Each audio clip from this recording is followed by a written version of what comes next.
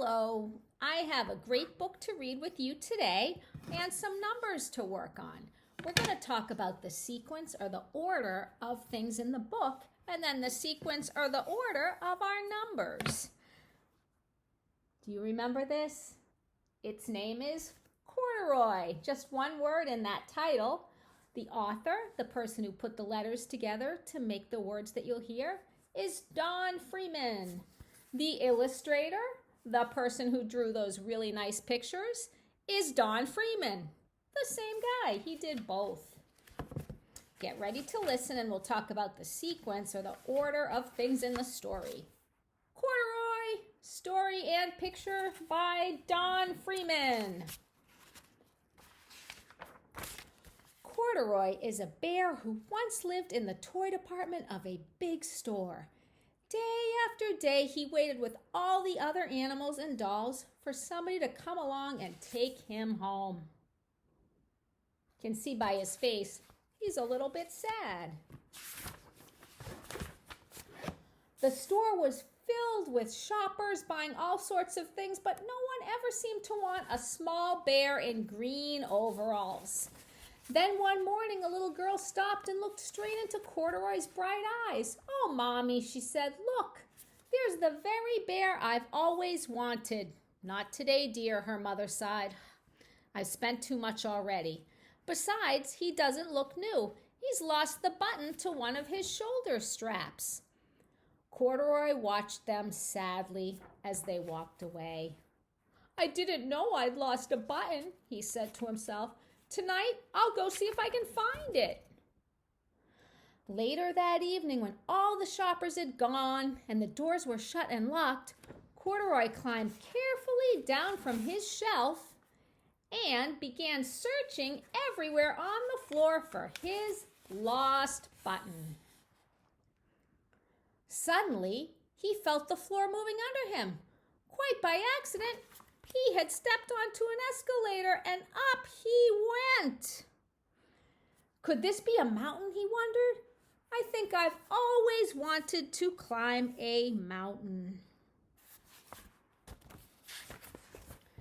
He stepped off of the escalator as it reached the next floor, and there before his eyes was a most amazing sight. Tables and chairs and lamps and sofas and rows of beds. "This must be a palace," Corduroy gasped. "I guess I've always wanted to live in a palace." He wandered around admiring the furniture. "This must be a bed," he said. "I've always wanted to sleep in a bed." And up he crawled onto a large, thick mattress. All at once, he saw something small and round.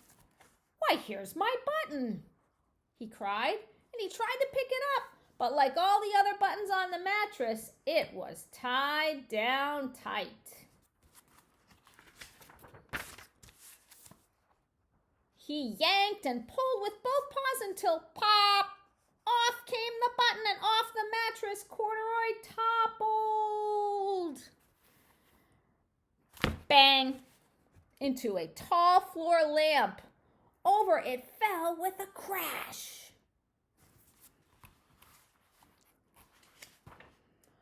Corduroy didn't know it, but there was someone else awake in the store. The night watchman was going his rounds on the floor above. When he heard the crash, he came dashing down the escalator. "Now, who in the world did that?" he exclaimed. "Somebody must be hiding around here."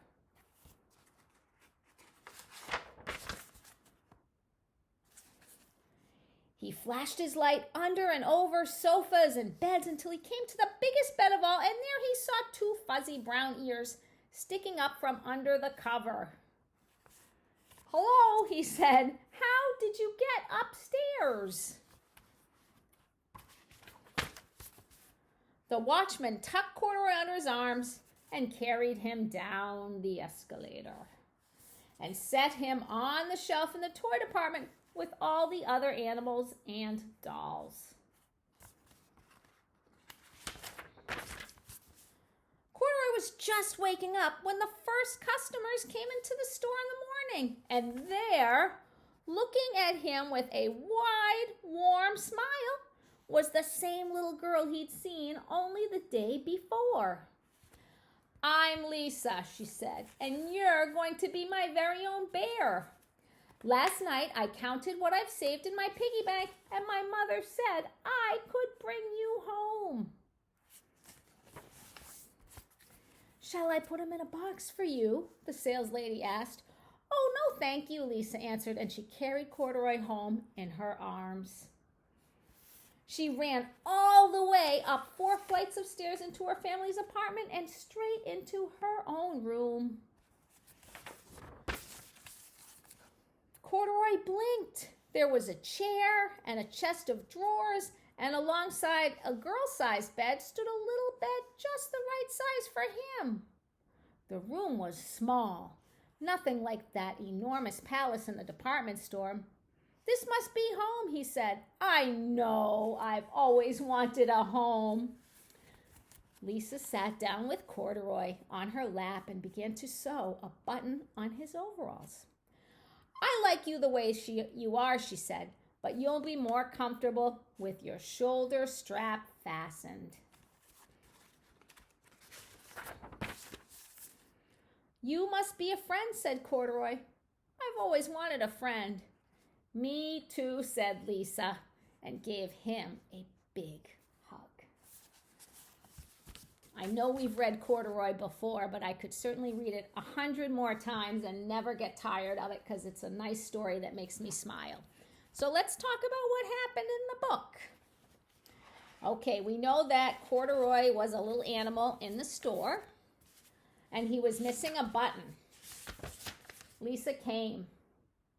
After Lisa came, what happened? I'll give you a hint.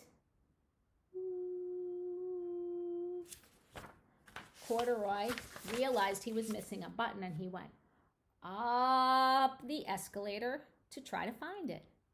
When he got off at the top of the escalator, what happened after that? I'll give you a hint.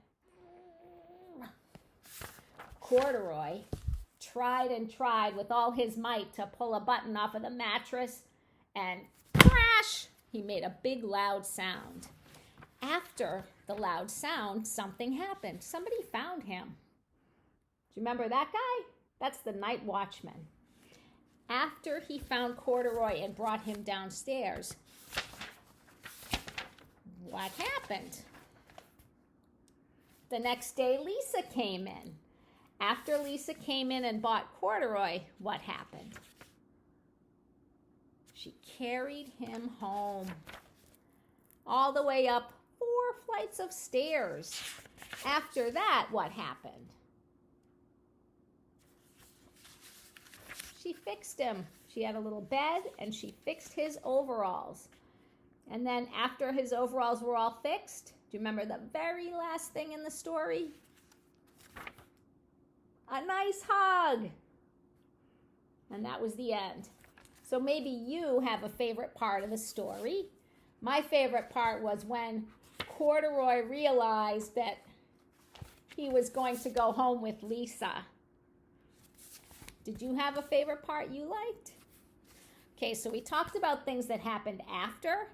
That's the order or the sequence in the story. So let's talk about numbers. 1. After 1 is always number 2. Always. Let's go to number 4. What's the number after 4? It's 5. 4, 5. 5 is always after 4. You're not going to wake up and find out that 7 is after 4. That's never going to happen. Let's take a look at 7. What is the number that always comes after 7? If you're not sure, you can count out loud or think about it. 1, 2, 3, 4, 5, 6, 7. 8. 8 is the number that always comes after 7. How about 3? What is the number that always comes after 3? 4. 4 always comes after 3. What is the number that always comes after 6? 7. 7 always comes after 6. What is the number that always comes after 9? 10. 10 always comes after 9. What is the number that always comes after 2? 3. 3 always comes after 2.